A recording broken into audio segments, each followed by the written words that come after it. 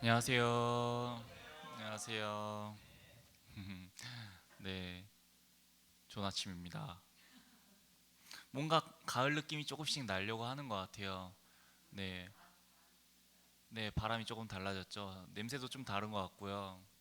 그리고 하늘도 어제 또 노을 보셨나요? 어제 노을? 네, 어제 노을이 너무 예쁘더라고요. 점점 가을 하늘이 되어가고 있는 것 같습니다. 또 시원한 날을 기대하며 어, 남은 우리 2024년 잘 보냈으면 좋겠습니다. 다 오셨나요? 네. 네. 오늘도 함께 우리 찬양하고 예배하도록 하겠습니다.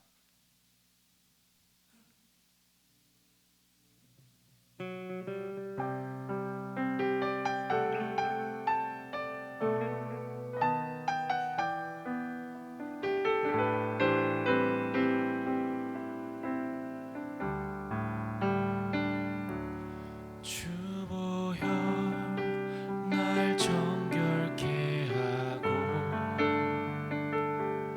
주보여 날 자유케 하니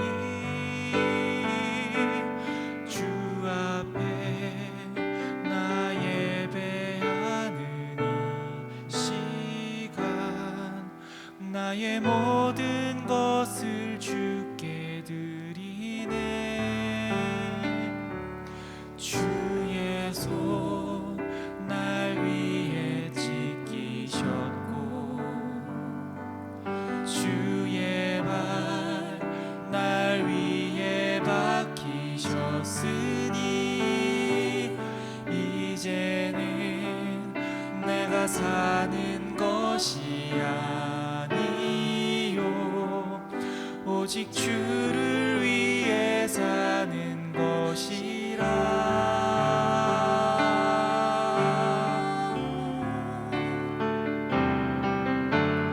주의 손에 나의 손을 보게고 또 주의 발에 나의 발을 보게요 나 주와 함께 죽고 또 주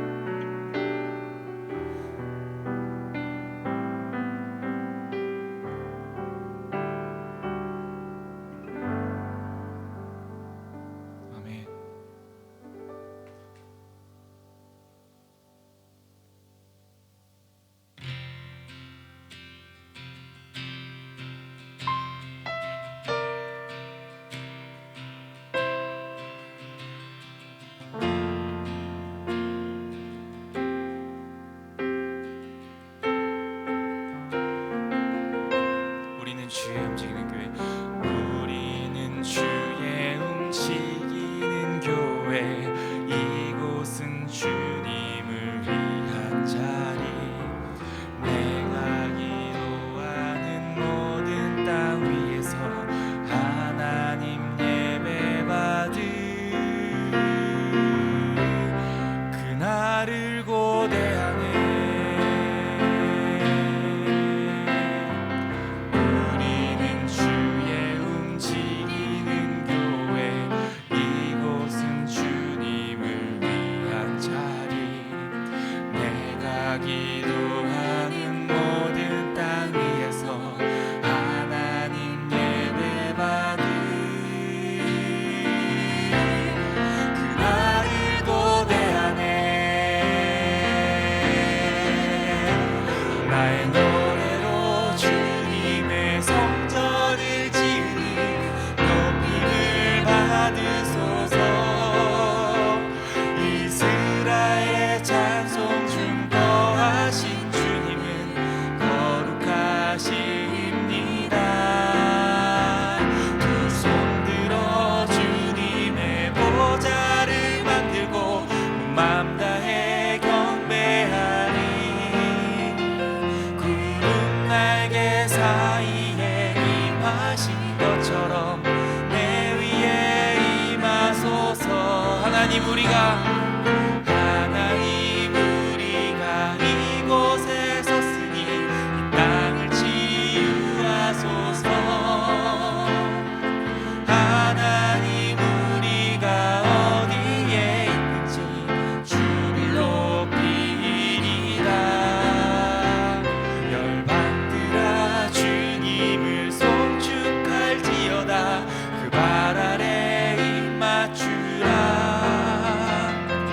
영원한 통치자 주 예수 그리스도 그는 위대하신 왕 위대하신 왕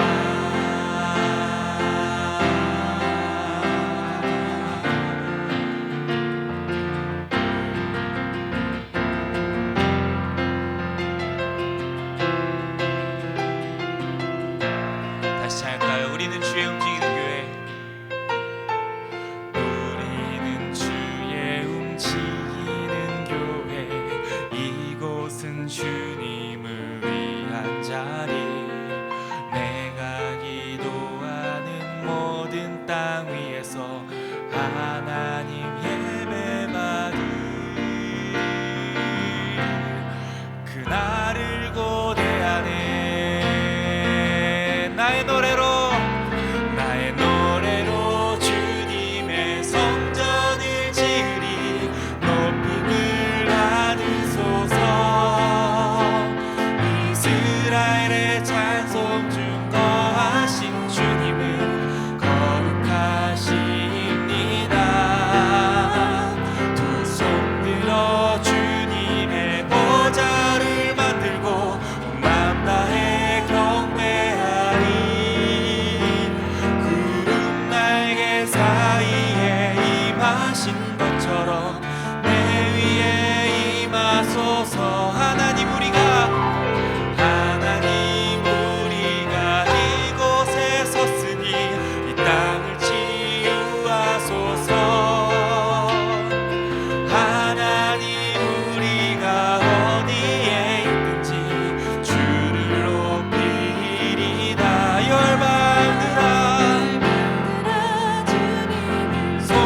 송축할지어다 그 발 아래 입 맞추라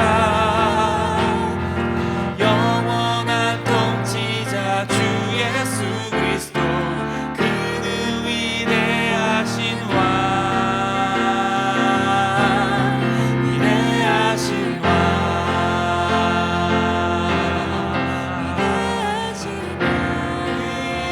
위대하신 왕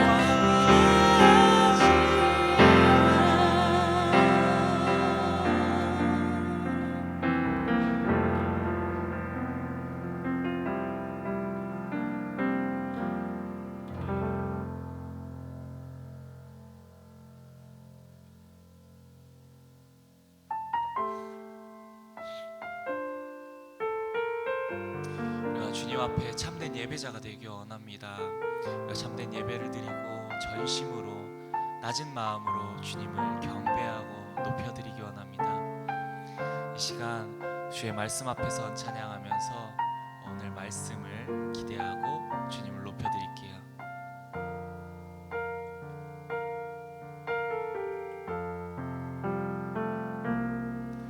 주의 말씀 앞에서 당신은 참된 예배자, 그토록 찾으시던 하나님의 기쁨, 이 세상을 향한 거룩한 생명빛 되어 이 세상을 위한 구원의 소망 되어 영원한 하나님의 나라 함께 세워가리.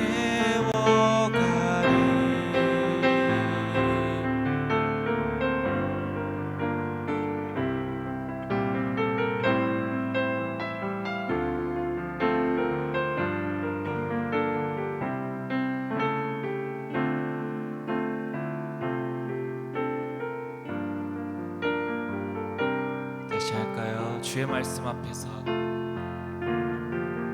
주의 말씀 앞에서 당신은 참된 예배자, 그토록 찾으시던 하나님의 기쁨,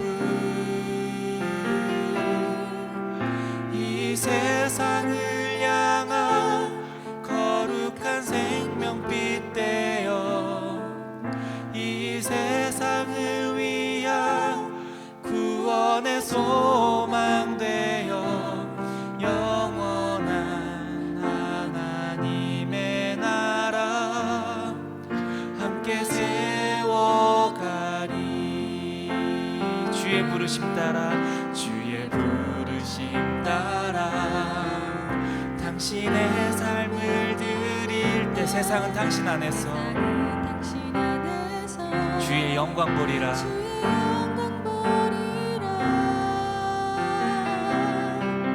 이 세상을 이길 주님의 군사 되어 이 세상을 섬길 주님의 손과 발 되어 영원한 하나님의 나라 함께 세워가리.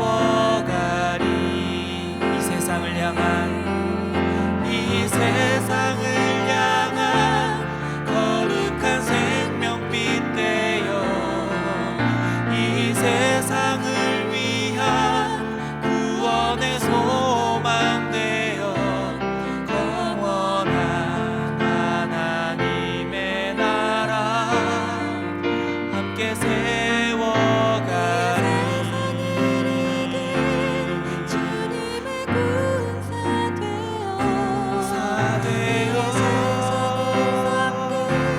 주님의 손과 발 되어 영원한 하나님의 나라 함께 세워가리.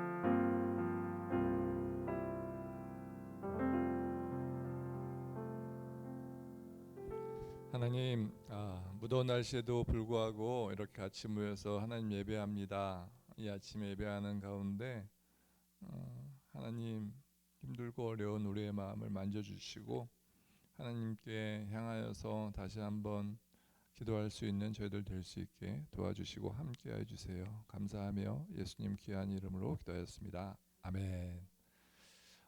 아까 우리 형규 쌤이 이야기한 것 같이 날씨가 조금 따뜻해진 것 같아요. 아니 따뜻하게 추워진 거 시원해진 것 같아요. 예. 제가 저녁마다 이렇게 산책을 좀 하는데 너무 그동안 너무 더워가지고 못했거든요. 그래서 어제도 더운 줄 알고 제가 산책을 안 하고 있었는데 쓰레기 버리러 잠깐 바깥에 나가는데 시원하더라고요. 예.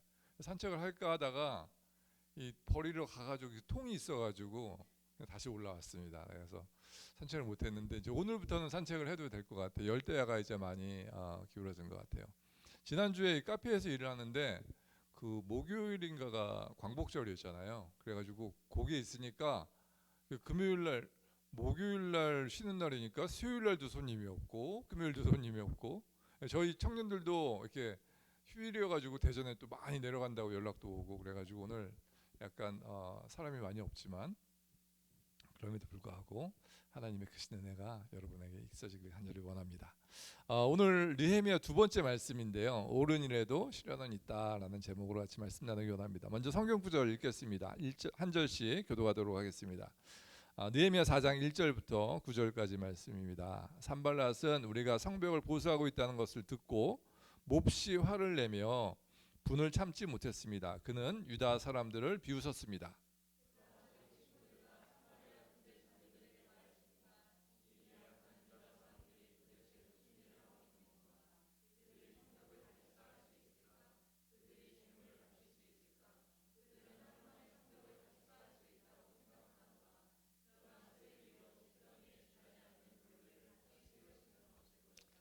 암몬 사람 도비아가 산발락 곁에 있다가 말했습니다. 그들이 쌓고 있는 성벽은 여우 한 마리가 올라가더라도 무너지게 될 것입니다.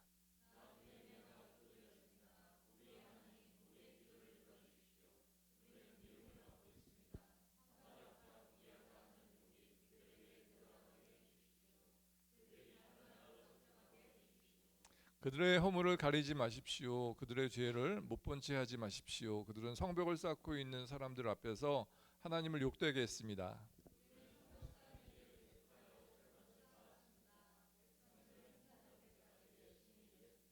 그러나 산발락과 도비아와 아라비아 사람들과 암몬 사람들과 아스돗 사람들은 예루살렘 성벽을 보수하는 일이 계속되고 성벽의 틈새도 메워지고 있다는 말을 듣자 화를 냈습니다.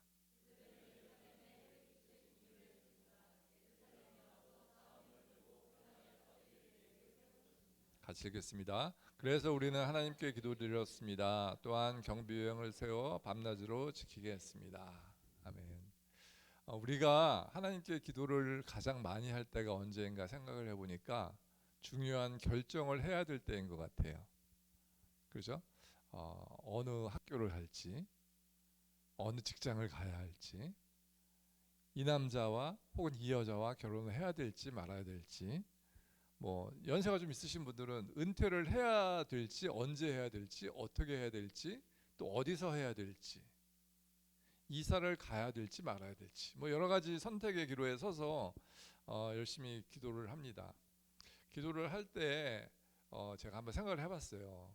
기도를 하는 마음 가운데 어떤 마음이 있는가 생각해 보니까 첫 번째 마음은 기도를 통해서 하나님의 응답을 받고 더 좋은 선택을 하고 싶은 마음이 우리 마음 가운데 있어요. 두 번째 마음은 선택을 잘못해서 그것 때문에 고생하지 않을까 하는 두려운 마음이 또 마음 가운데 있는 것 같아요.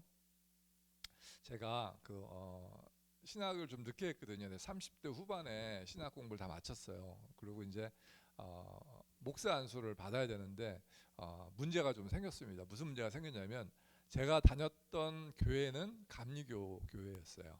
그리고 제가 다녔던 신학교는 침례교 신학교였어요. 여러분들 그 뭐 약간 이게 교단이 좀 틀리면요 목사 안수를 받는데 굉장히 어려움이 많이 있습니다. 그래서 결단을 해야 됐습니다. 어떻게 결단을 할까? 내가 다니던 교회에 계속 다니면서 감리교회에서 안수를 받을까? 감리교회에서 안수 받기 위해서는 저 감리교 신학교 와서 또 뭐 클래스를 더 하고 뭐 이렇게 해야 되거든요. 아니면 교회를 옮겨서 다른 곳에 가서 침례교회에서 안수를 받아야 될까? 뭐 이렇게 고민을 하게 됐고 기도를 하게 됐어요. 그래서 기도를 하는데 그 당시에 어떻게 기도했냐면 주일날 저녁에 저하고 친한 청년들이 2명이 있었는데 같이 셋이 앉아가지고 예배당에 가서 기도를 하는 거예요. 그래서 1시간 동안 기도하고 같이 모여서 하나님이 우리에게 어떤 마음을 주셨는지 또 막 쉐어하고 또 기도하고 막 찬양하고 막 그렇게 해가지고 진짜 매주 주일날 저녁에 3명이서 막 부흥회를 했어요. 그 청년들도 뭐 인생에 좀 힘들고 어려운 일들이 있어가지고 그렇게 막 열심히 기도하고 있는 가운데 있었는데 저희 담임 목사님이 워싱턴 DC에 부흥회를 가셨어요. 근데 부흥회 가신 목사님이 저에게 전화를 온 거예요. 전화가 오더니 뭐라고 말씀하시냐면 본인이 지금 부흥회로 와 있는데 이 교회에 풀타임 전도사가 필요하대요. 근데 이 교회가 침례 교회래요. 그래서 곽 전도사가 너무 이 교회에 잘 어울릴 것 같아서 이 목사님에게 막 과장을 해가지고 제 자랑을 막 하셨다는 거예요. 그래가지고 여기 목사님이 당장 와서 좀 봤으면 좋겠다고 그렇게 말씀하셨다고. 그러면서 목사님이 하시는 말씀이 하나님이 곽전도사를 위해서 이 교회를 준비하셨다라고 이렇게 말씀하시는 거예요. 그래서 저는 뭐 워싱턴 DC 아는 분들도 많이 없고 그런데 목사님이 담임 목사님이 또 제가 존경하는 목사님이 이렇게 말씀해 주시니까 얼마나 감사해요. 그래서 야 하나님이 정말 이렇게 응답하셨다. 어떻게 하필이면 감리교 목사님이신 담임 목사님이 침례교회 가서 부흥회를 하시고 그 교회에 하필이면 풀타임 전도사가 필요했고 그렇게 됐을까라고 정말 기대하는 마음으로 이제 저와 제 아내가 비행기 티켓을 끊어가지고 그 교회에 가서 이제 인터뷰도 하고 설교도 하고 그랬었어요. 이제 그 교회가 이제 막 부흥하는 그런 교회였어요. 한 200명 정도 모였던 그런 교회였습니다. 그래가지고 이제 그 교회 가가지고 그 교회에서 오케이 오십시오 해가지고 제가 다시 이제 텍사스에 돌아온 다음에 졸업을 하고 한 2-3개월 안에 짐을 다 꾸려가지고 이제 그동안 살던 달라스를 떠나서 워싱턴 DC로 이제 이사를 가게 됩니다. 이사를 가게 되면서 이제 제 아이들은 이제 태어난 곳이 텍사스거든요. 그래서 그곳에서 계속 살다가 이제 딴 데 이사 간다니까 막 떠나는데 차 안에서 막 울고 막 엄마 아빠 우리 어디 가는 거야? 왜 가야 돼? 내 친구들 여기 있는데 왜 가 거기 막 그러면서 울고 있고 또 장인 장모님도 저희가 모시고 살고 있었거든요. 그래가지고 이 전도사 가족이 교회를 가는데 7명의 대식구가 차 2대 끌고 20시간 운전해가지고 그렇게 워싱턴 DC에 도착했어요. 근데 이렇게 아름다운 이야기에는 항상 반전이 있죠. 사역을 시작했는데 이 담임 목사님이 1.5세 목사님이신데 너무 일을 열심히 하시는 거예요. 그 워커홀릭이라고 하잖아요. 일중독. 그래가지고 저하고 전도사가 풀타임 전도사님이 저하고 이제 나이 많으신 전도사님하고 이렇게 있었는데 새벽 4시 반 출근. 5시 반에 새벽 예배를 하는데 4시 반에 가가지고 문 열고 뭐 세팅하고 뭐 해야 돼요. 4시 반 출근 한 다음에 퇴근은 밤 11시. 그러니까 정말 집에 다녀오겠습니다 하고 오는 거예요. 집에 가자마자 자고 4시간 있다 다시 출근하고 처음에는 이제 주를 위해서 열심히 해야겠다라는 생각으로 이렇게 열심히 하는데요. 사람이 좀 이렇게 시간이 지나니까 맛이 좀 가더라고요. 잠을 잘 못 자니까. 어떤 일이 있었냐면 한 번은 이렇게 저녁에 성경 공부를 하는데 성경 공부도 이제 배운 성경 공부는 이제 스태프들은 사역자들은 이렇게 빠지게 하잖아요 보통. 근데 그게 아니고 모든 사역자들이 모든 성경 공부에 다 참석해야 돼요. 참석하고 있는데 뭐 들었던 얘기고 하니까 제가 이렇게 멍한 잠 이렇게 좋은 건 아니고요. 그냥 멍하고 있었어요. 근데 목사님이 그걸 딱 본 거예요. 그러더니 성경 공부 가르치다 말고 막 뭐라고 하시는 거예요. 이 사역자가 정신 못 차리고 지금 성도들도 나와서 이렇게 하고 있는데 그러면서 그 한 말씀만 하셨으면 되는데 막 길게 굉장히 저는 창피하고 어쩔 줄 몰라 하고 그렇게 막 2분 3분이 흘렀어요. 집에 와서 생각해 보니까 여기는 내가 있을 곳이 아니다. 하나님이 여기 날 보내신 게 맞나? 왜 나에게 이런 시련이 올까? 막 그런 고민이 들면서 야 너무너무 힘들다. 다시 달라스 갈까? 막 그런 생각을 하게 되었던 기억이 있습니다. 하나님께서 거기를 보내셨으면 모든 것이 다 해피하고 즐거워야 되는 것이 제 상식이었는데 그렇지 못했던 거예요. 오늘 말씀을 보면 느헤미야도 좀 비슷한 상황이에요. 우리 지난주에 느헤미야 봤잖아요. 느헤미야가 고국에서 온 형제의 이야기를 듣습니다. 고국에 있는 예루살렘이 다 회파되었다. 성벽도 다 무너지고 성전도 무너지고, 그래서 우리가 성벽을 지어야 된다 해가지고 느헤미야가 몇 개월 동안 열심히 하나님께 기도해가지고 그 아닥사스다 왕에게 모든 것을 다 위임을 받고 나무도 다 받고 갈 수 있는 길도 다 보호받고 해가지고 왔잖아요. 와가지고 이제 짠 성벽만 열심히 지으면 되는데 문제가 생겼어요. 무슨 문제가 생겼습니까? 반대에 부딪혔어요. 사람들이 와서 느헤미야를 막 비판하기 시작합니다. 산발랏이라는 사람이 있는데 이 사람은 사마리아의 총독이에요. 그 당시에 예루살렘은 사마리아라는 곳 행정구역 안에 있는 조그만 도시에 불과했거든요. 이 총독이 와가지고 반대하는 거예요. 결사 반대를 외치는 겁니다. 여러분, 하나님이 허락하신 거라면, 하나님이 원하시는 거라면 산발락과 그 주위에 있는 사람들이 오는 느헤미야를 다 환영해주고 너무너무 감사합니다. 우리가 성벽을 지어야 됩니다. 같이 열심히 성벽을 지읍시다라고 같이 이렇게 막 의기양양해가지고 해야 될 것 같은데 뭐 그렇게 하기는커녕 막 비판하고 못된 방법을 사용하는 것이 말씀에 나와 있습니다. 2절 말씀 보니까 뭐라고 얘기하냐면 그가 자기 친구들과 사마리아 군대 장교들에게 말했습니다. 이 미약한 유다 사람들이 도대체 무슨 일을 하고 있는 건가? 그들이 성벽을 다시 쌓을 수 있을까? 그들이 재물을 바칠 수 있을까? 그들은 하루 만에 성벽을 다시 쌓을 수 있다고 생각하다 보다 그러나 쓰레기요 잿더미에 지나지 않는 돌들을 다시 세울 수는 없을 것이다. 그리고 그 옆에 있던 도비아라는 사람도 거들죠. 야, 그 성벽 쌓아봤자 여우가 올라가도 무너질 그런 쓸데없는 굉장히 보잘것없고 쓸모없는 그런 성벽일 거야 라고 얘기하죠. 제가 지난주에 잠깐 나눴는데 이 성벽을 느헤미야만 시도했던 것이 아니고 그 이전에 많은 사람들이 성벽이 있어야 된다라고 시도하려고 했었는데 안 되고 안 된 거예요. 여러분 생각해 보세요. 여러분 그 옛날 도시에 가가지고 성벽 쌓아놓은 거 본 적 있으세요? 엄청나게 큰 돌을 갖다가 성벽을 쌓거든요. 그 당시에 무슨 기중기가 있습니까? 그거 사람들이 다 돌 진짜 큰 거 영차 해가지고 올려야 되는 거거든요. 성벽 쌓는 것이 그렇게 쉬운 일이 아니에요. 그런데 그렇게 힘든 일을 하는데 힘든 일을 하는 거 좋다 그거예요. 그렇다면 한 마음이 되어서 옆에 있는 사람이 다 도와줘서 하면 좋은데 지금 굉장히 중요한 인물이 비판하고 나서기 시작하고 사람들이 동요하기 시작하는 것이 이때의 모습이에요. 여러분 분명한 것은 성벽을 쌓는 일은 하나님이 원하시는 일이죠. 그런데 그것을 반대하는 세력이 있을 수 있다라는 겁니다. 여러분 우리가요 비판을 들을 때 그 비판이 정말 날 사랑해서 날 위한 비판인지 아니면 비판을 위한 비판인지 잘 구분할 수 있어야 돼요. 사람들은 비판을 들으면 기분이 나빠져요 우선. 그죠? 왜냐면 내가 생각했던 것과 너무 틀리니까. 내 자신을 향한 비판을 들을 때 힘들어지고 어려워지고 나약해지는 것이 우리의 모습이다라는 겁니다. 인생을 살면서 입만 열면 비판하길 좋아하시는 분들이 계세요. 습관적으로 비판하시는 분들이 계세요. 그런 분들은요 인생을 바꾸셔야 돼요.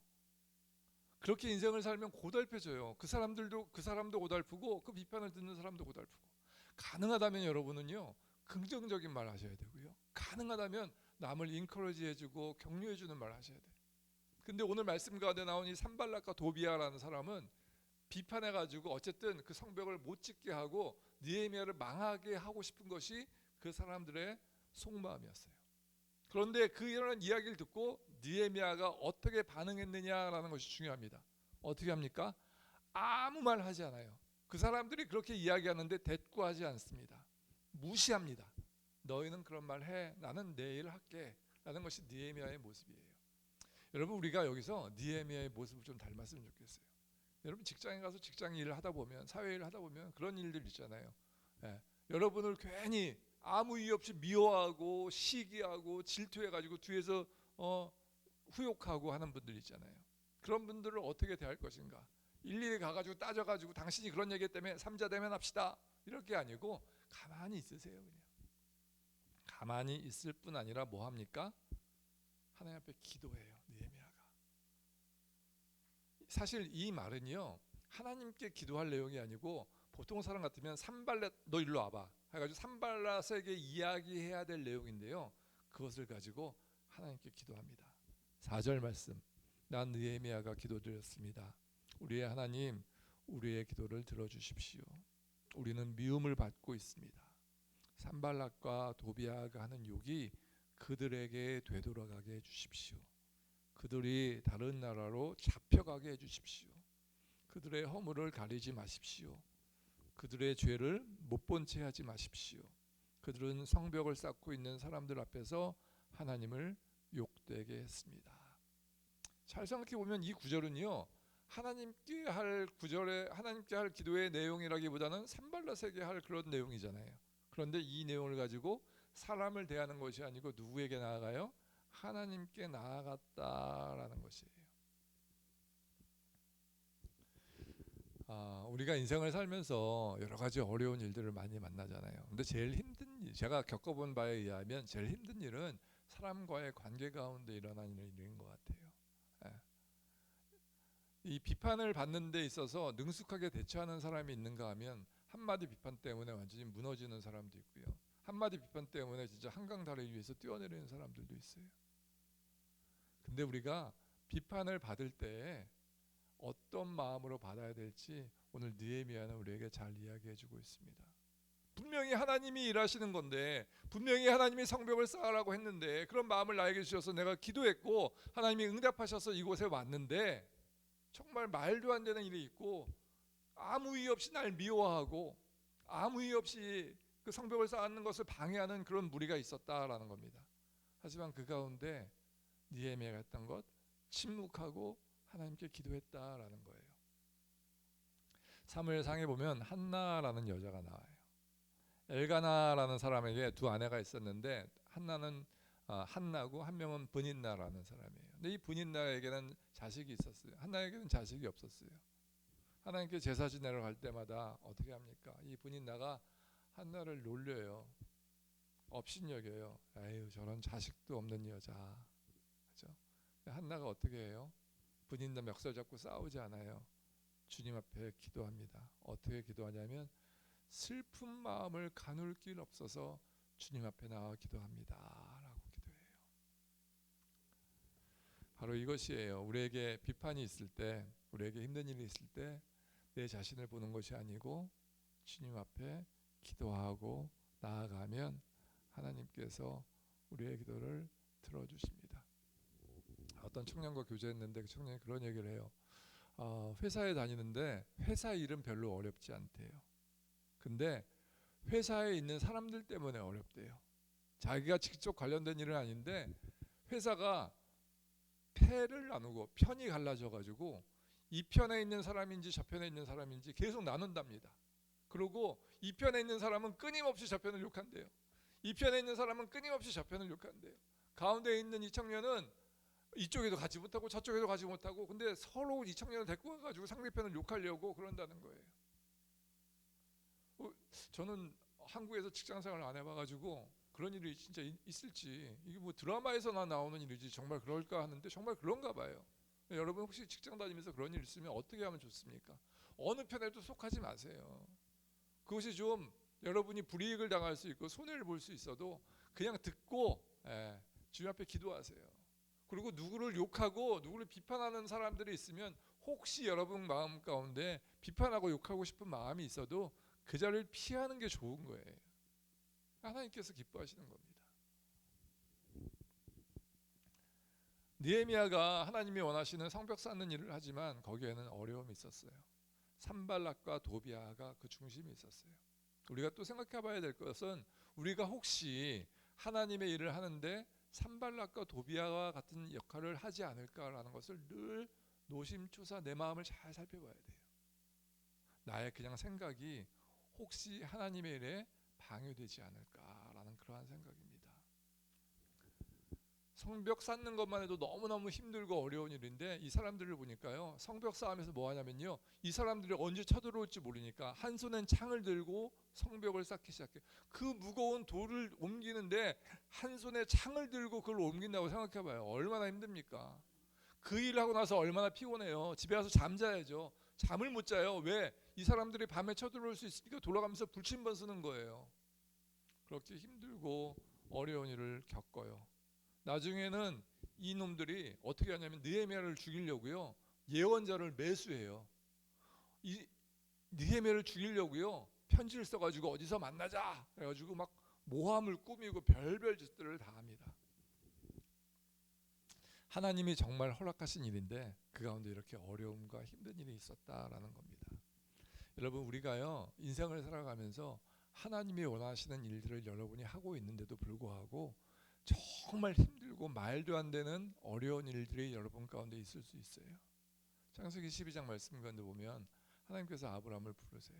불러서 내가 너를 복의 근원이 되게 하겠다라고 얘기하면서 무슨 복을 주시냐면 누구든지 너에게 복을 비는 자는 내가 복을 줄 것이고 누구든지 너를 저주하는 자는 내가 저주할 것이다. 세상에 이렇게 큰 복이 어디 있습니까? 그러면서 내가 내게 지시하는 땅으로 가라라고 말씀하잖아요. 아브라함이 아내와 조카를 데리고 가나안으로 내려가요. 하나님께서 지시하던 땅이에요. 그 땅에 가니까 하나님께서 뭐라고 말씀하시냐면 내가 이 땅을 너와 네 자손에게 주겠다라고 약속하셔요. 얼마나 기쁩니까? 왜? 말씀 가운데 순종했으니까. 지금은 3명뿐이 없는데 하나님께서 이 땅을 나와 네 자손에게 주신다라고 약속하셨으니까 그 좋은 가나안 땅. 근데 말씀 가운데 보니까요. 그 땅 가운데 가뭄이 들었다라고 성경에 얘기해요. 가뭄도 보통 가뭄이 아니고 큰 가뭄이 들어서 먹을 게 없어지는 거예요. 여러분 먹을 게 없는 거 한번 상상해 보세요. 먹을 게 없으면요 어떻게 살아갑니까? 그래서 아브라함이 이집트로 넘어가는 장면이 말씀 가운데 나오잖아요. 하나님께서 말씀하셨는데도 불구하고 우리 가운데 인생의 가뭄이 들 수 있는 거예요. 하나님께서 가라고 했는데요 우리 앞이 홍해로 가로막힐 수 있는 거예요. 하나님이 가라고 했는데 큰 여리고성 무너질 것 같지 않은 여리고성이 우리 가운데 서 있을 수 있고요. 하나님이 가라고 해서 갔는데 골리앗이 딱 버티고 있을 수 있다라는 겁니다. 그런데 여전히 하나님은 아브라함의 하나님이고요. 여전히 하나님은 모세의 하나님이고요. 여전히 하나님은 여호수아의 하나님이고 다윗의 하나님이신 줄 꼭 믿으시기 바랍니다. 여러분 우리 인생을 살아가는 것이 쉽지 않잖아요. 인생에 복병이 있잖아요. 우리가 예상하지 못한 일을 만났을 때 뭐 해야 되냐면요 기도해야 돼요. 제가 워싱턴에 그런 일이 있은 다음에 야 내가 여기를 그만두고 어딜 가야 되나. 근데 제가 홀몸이 아니고 아내 있죠, 애들 있죠, 장인 장모님까지 모시고 있죠. 이거 뭐 제가 뭐 할 수 있는 게 없어요. 그러던 차에 제 고등학교 선배고 대학부 교회 대학부에 같이 다녔던 형이 한 명 있는데 저보다 1살 많은 형이에요. 근데 그 형이 달라스에 사는데 워싱턴 DC에 놀러 왔어요. 놀러 와가지고 밤에 이제 같이 앉아서 얘기하고 뭐 하는데 형이 그런 얘기를 하더라고요. 자기가 미국에 오기 전에 이랜드라고 한국에 있는 옷 회사 있잖아요. 거길 다녔었는데 거기서 배운 게 하나 있대요. 그래서 뭐냐고 물어봤더니 널 힘들게 하고 어렵게 하는 분이 계시거든. 그분을 위해서 100% 하지 말고 105%, 110% 하라는 거예요. 지금 100%, 지금 80%만 해도 힘들어 죽겠는데 어떻게 105%, 110% 합니까? 말도 안 되지. 근데 형이 한번 죽었다 생각하고 한번 해보라는 거예요. 근데 그 말씀이요. 야, 하나님이 이 형을 통해서 나에게 말씀하시는구나라는 그런 말씀으로 들렸어요. 그래가지고 제가 모드를 바꿨어요. 그래가지고 목사님이 그전에는 목사님이 뭐라고 하면은 그냥 눈에 보일 만큼 했습니다 할 만큼만 했는데 진짜 열심히 했어요. 신방 가라고 하면은 진짜 신방 가가지고 열심히 얘기하고 그분 설득하고 그분에게 케어해주고 청년부 뭐 하라고 하면은 가가지고 진짜 열심히 하고 뭐 청소하라고 하면 진짜 깨끗하게 열심히 청소하고 그 옆에까지 다 청소하고 막 그렇게 했어요. 그러면서 혼자 뿌듯해가지고 110%, 110%막 그러면서 2개월 지나고 3개월 지났는데요. 이 목사님이 남을 칭찬하는데 굉장히 인색하신 분이거든요. 근데 회의하는데 뭐라고 말씀하시냐면 내가 곽전도사 잘 몰랐는데 겪어보니까 곽전도사에게 뭘 맡겨놔도 안심이 돼. 그렇게 말씀하시는 거예요. 여러분은 별 느낌이 없으시겠지만 저는 아니 이분이 왜 이런 말씀을 하시지? 그래가지고 그 목사님과의 그런 관계가 다 회복됐어요. 그리고 그 목사님이 저를 신임해 주시니까 여러분 그런 게 있어요. 약간 칭찬은 고래도 춤추게 한대잖아요. 그래서 이분이 날 신임해 주시고 믿어 주시니까 더 잘하고 싶은 마음이 막 생기는 거예요. 진짜 열심히 사역했었어요. 이분이 제가 이제 3년 있고 딱 목사에서 받았거든요. 그리고 이제 내시빌로 담임 목회자가 나와서 이렇게 가려고 했는데 저를 붙잡으시려고 광 목사 내가 5년 뒤에 은퇴하니까 이 교회에 광 목사가 이제 담임 목사하고 이렇게 하라고 막 저를 설득하시고 막 그러다가 안 됩니다. 전 내시빌 가야 됩니다. 제가 좀 잠을 좀 자고 싶었어요. 너무 잠을 못 자가지고 내시빌 가야 되겠습니다. 그랬더니 막 저한테 나중에 막 배신자 막 그러면서 막 그러고 근데 지금은 되게 사이가 좋아졌습니다. 재작년에도 저기 한국에 나오시고 그랬는데 같이 식사하고 옛날 얘기하고 몰랐는데요. 내시빌 가니까 알았어요. 그때는 정말 죽을 만큼 하나님께서 부르신 데가 맞나 막 이렇게 생각했었는데 내시빌 가서 담임 목회를 해보니까 내가 그때 이 목사님으로부터 이런 걸 배웠으니까 내가 지금 이걸 하는 거지. 만약에 그 3년의 시절이 나에게 없었으면 내가 담임 목회 이거 잘 감당할 수 있었을까? 라는 생각이 나중에야 들더라고요. 나중에 한 생각이 하나님이 제가 목회하기에 너무 부족하니까 그 목사님을 통해서 훈련시키는 그런 시간이었어요. 전에는 제게 왜 이런 일이 일어나는지 몰랐는데 여러분 시간이 지나고 나면 그걸 알게 돼요. 여러분이요 그 어려움을 통해서 더 성장하게 됩니다. 그것이 하나님의 기도 응답이에요. 그 얼마 전에 뭐 영화를 본 건 아니고요 어디 이렇게 인스타에 뭐 보니까 그런 이야기가 있더라고요. 영화 중에 프랭크 vs 갓이라는 영화가 있대요. 근데 그 영화에 기독교 영화인데요. 이런 대사가 나옵니다. 여기 파워포인트에 있죠. 예. 강한 마음을 달라고 기도했더니 시련을 주셔서 마음을 강하게 만들어 주셨고 지혜를 구했더니 풀어야 할 문제를 주셨고 용기를 달라고 했더니 극복해야 될 위험한 상황을 주셨고 사랑을 원했더니 내가 도와야 할 힘든 사람을 보내주셨습니다. 하나님은 언제나 기도를 응답하셨습니다. 저는 이걸 이렇게 읽는데 이 기도가 이 말이 나에게 정말 와닿더라고요. 하나님 저에게 강한 마음 주세요. 하나님은 자판기 같이 띵 강한 마음 너 가져 그렇게 주시는 게 아니에요.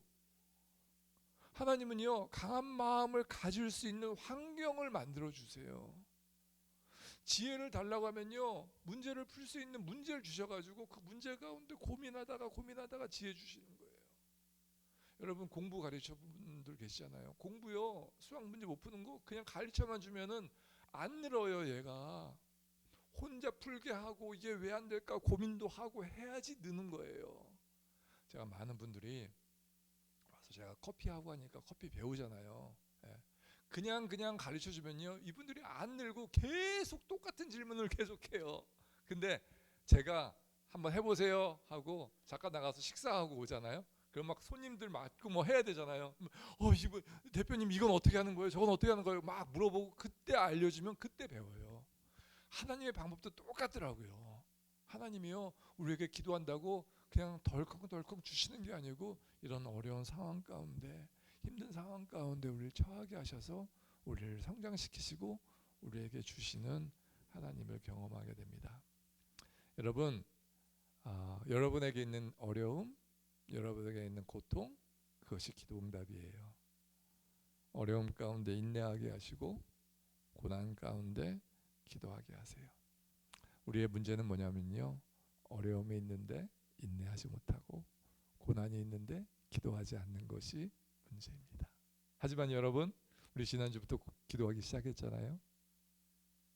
우리가 기도할 때 하나님께서 은혜의 비를 여러분에게 부어주실 것입니다. 그래서 오늘도 5분 동안 같이 마지막 찬양을 들으면서 기도하기 원해요. 하나님께서 우리 가운데 있는 이 어려움 하나님이 말씀하셔서 왔는데 나에게 왜 이런 고통이 있을까? 나에게 왜 이런 어려움이 있을까? 하나님은 그 고통과 어려움을 통해서 여러분을 만나기 원하시고 그 고통과 어려움 가운데 여러분이 하나님을 찾기 원하십니다.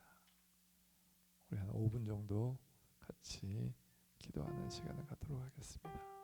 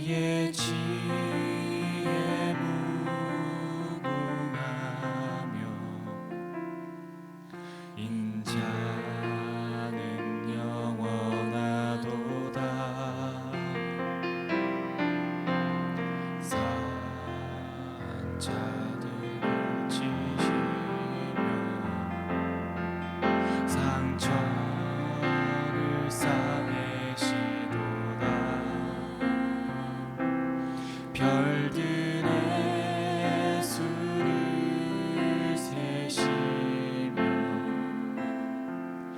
이름을 붙이셨도다. 그가 구름으로 하늘을 덮으시며 땅을 위하여 비 준비하시니 예루살렘아 여호와를 찬송할지어다. 내 하나님을 감사함으로 그 앞에 나가며 주임제 앞에 경배해.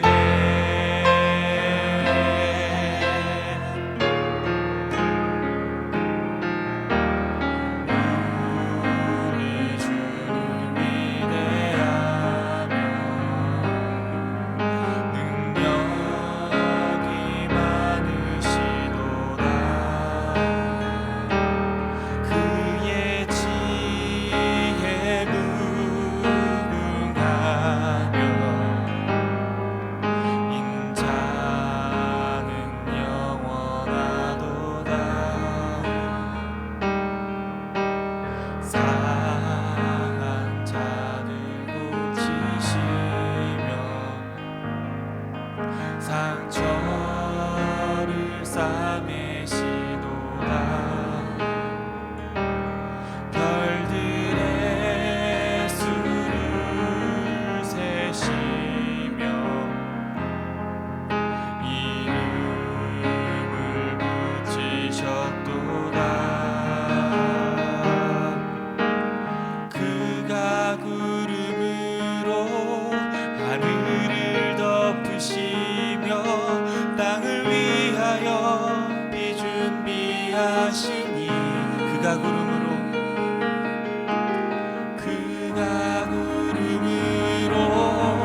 하늘을 덮으시며 땅을 위하여 비 준비하시니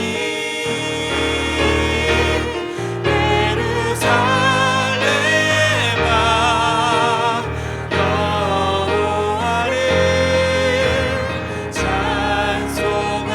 찬송할지어다. 내 하나님을 감사함으로 그 앞에 나가며 주임제 앞에 경배해. 예루살렘 예루살렘아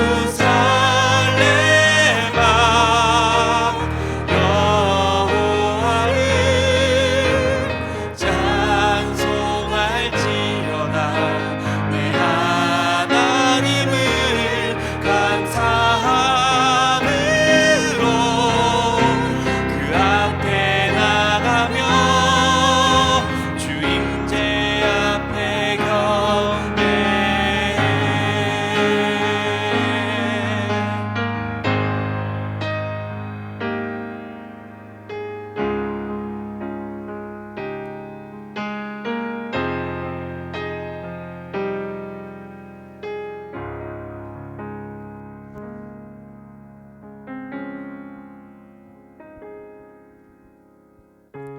인생의 어려움과 고난 가운데 있는 주님의 귀한 성도들 가운데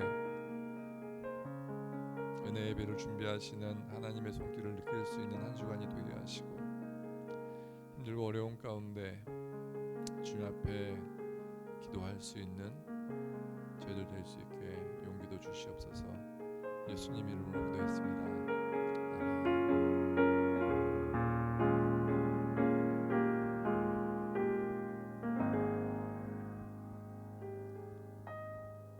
네, 감사합니다. 광고 말씀 드리겠습니다. 8월에 계속 제가 말씀 전하고요. 다음 주에 예배 후에 소그룹이 있는데요. 원래는 김지연 쌤 소그룹에서 우리 형규 쌤네하고 같이 이렇게 식사 준비를 하기로 했었는데 형규 쌤네하고 지수 쌤네가 같이 이번 주에 우리 청년부 수련회 있잖아요. 그래서 같이 가게 됐어요. 그래서 소그룹은 저희가 교회에서 마지막으로 김밥 준비하고요. 9월 둘째 주에 김지연 쌤 내서 준비해 주시고 9월 넷째 주에 청년부에서 준비해 주시고 이렇게 준비하시면 될 것 같습니다. 이번 주 금토일 2박 3일 동안 오크밸리에서 진행되는데요. 저희 10명 정도 참석하는 것 같아요. 아직 참석할지 모르는 할지 안 할지 망설이는 가운데 있는 분들이 한두 분 계신 것 같은데 우리 많이 참석해서 은혜 받고 올 수 있도록 같이 기도해 주시면 감사하겠습니다. 구성원 봉사는 쉬고요. 9월 달에는 셋째 주에 아이들 데리고 어디 놀이공원 가는 것 같아요. 와플터치가 나왔습니다. 여러분 와플터치 한 권씩 가져가시고 많이 읽으시고 은혜 받으시면 좋겠어요. 저희 재정부장님하고 통화를 했는데요. 재정부장님이 원래 6개월마다 이렇게 재정과 어떤 교회 상황을 이렇게 보고하신대요. 근데 하나둘 교회까지 이렇게 오시기에는 좀 약간 시간도 없으시고 해서 저한테 간단하게 좀 보고해 달라고 그래서 함께 공동체 재정 보고했던 것들을 파일로 주셔가지고 여러분들에게 보여드릴게요. 넘겨주시고요. 지금 이게 참석자 예배 본 숫자 현황이거든요. 그래서 함께하는 교회는 작년 6월에 비해서 그러니까 1년 동안 117%가 증가했고요. 보리떡 교회도 119%, 그리고 가까운 교회가 124%, 하나둘 교회가 103% 정도 증가했습니다. 그래서 저희가 33명 정도 평균 출석률이 그 정도 되는 걸로 이렇게 나와 있고 전체적으로 숫자가 117%가 코로나가 끝나고 하면서 계속해서 증가하고 있다라는 걸 말씀드리고요. 그 다음 페이지 주시면요. 재정을 이렇게 보고해 주셨어요. 그래서 전년 대비해서 함께하는 교회가 숫자는 늘었는데 재정이 85%로 좀 줄었고요. 보리떡 교회가 132% 늘었고 가까운 교회가 113%, 그리고 하나둘 교회가 134%. 저희가 재정으로 1등했습니다.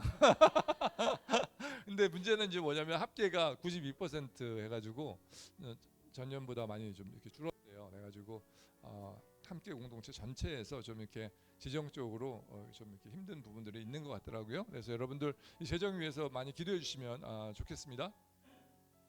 재정 지출 현황은 지출 현황은 많이 중요한 것 같지는 않은데요. 이렇게 지출 현황이 되고 있고 이거는 전년 대비 지금까지 얼만큼 지출되어졌냐. 저희는 99%니까 거의 비슷하게 잘 사용하고 있는 것 같아요.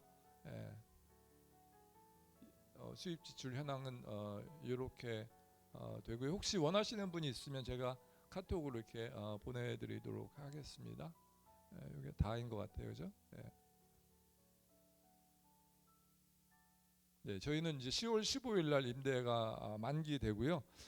여러분들에게 같이 이렇게 이야기할 기회가 많이 없어서 어떻게 해야 될까 저도 이제 고민을 하고 이렇게 하고 있는데요.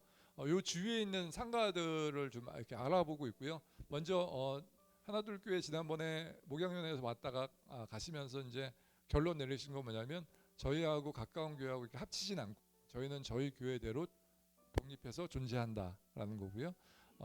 그리고 이제 10월 15일 날 여기가 이제 만기가 되거든요. 그래서 만기가 되면은 저희가 10월 13일이 주일인 것 같아요. 그래서 그때 주일날까지 예배 드리고 14일, 15일 날 다 이제 이사를 해가지고 나가야 되는데 제일 큰 문제는 만약에 그 다음 세입자가 들어오지 않을 경우에 저희가 여기를 다시 원상 복구해 놓고 나가야 됩니다. 근데 원상 복구해야 되는데 심지어 이 저희가 여기 있는 이 스프링클러도 저희가 다 설치한 거거든요. 이것도 다 띄라고 하더라고요. 그리고 여기 벽이 원래 이 벽이 아니고 이 벽 뒤에 진짜 벽이 있습니다. 이 벽도 다 띄워내야 되고 그래서 공사가 굉장히 커지거든요. 여러분들 좀 기도해 주셔야 될 게 좋은 분이 이렇게 저희가 권리금 받지 않고 이걸 이렇게 내놨거든요. 그래서 좋은 분이 오셔서 잘 테이크오버가 되고 저희가 더 이상 돈 지출하지 않고 잘 나갈 수 있도록 여러분들 좀 기도해 주시면 좋겠고요. 여러 가지 초이스가 있어요. 나가면 당장 어떻게 할 것인가. 제가 지금 알아본 바에 의하면 아이러브 아트홀 있잖아요. 거기가 대표님하고 통화했는데 주일날 쓰시는 분이 안 계시대요. 그래서 저희가 다시 글로 갈 수 있고요. 가게 되면은 지금 가격이 좀 올랐는데 옛날 저희가 쓰던 가격에 한 번 사용할 때마다 55만 원이라고 하더라고요. 그래서 그 가격에 주신다고 하셨고 또 요 주위에 있는 어떤 데를 보니까 한 2천에 200만 원 정도 되는 데도 있기도 하고 좀 공실이 좀 많이 있어서 있는데 그렇게 있고요. 저희 함께 공동체에서 그 목양위원회 저희에게 얘기해 주신 거는 지금 너무 자세한 얘기가 있어가지고 좀 녹음한 거 좀 꺼주실래요? 죄송해요. 예. 진작에 껐어야 되는데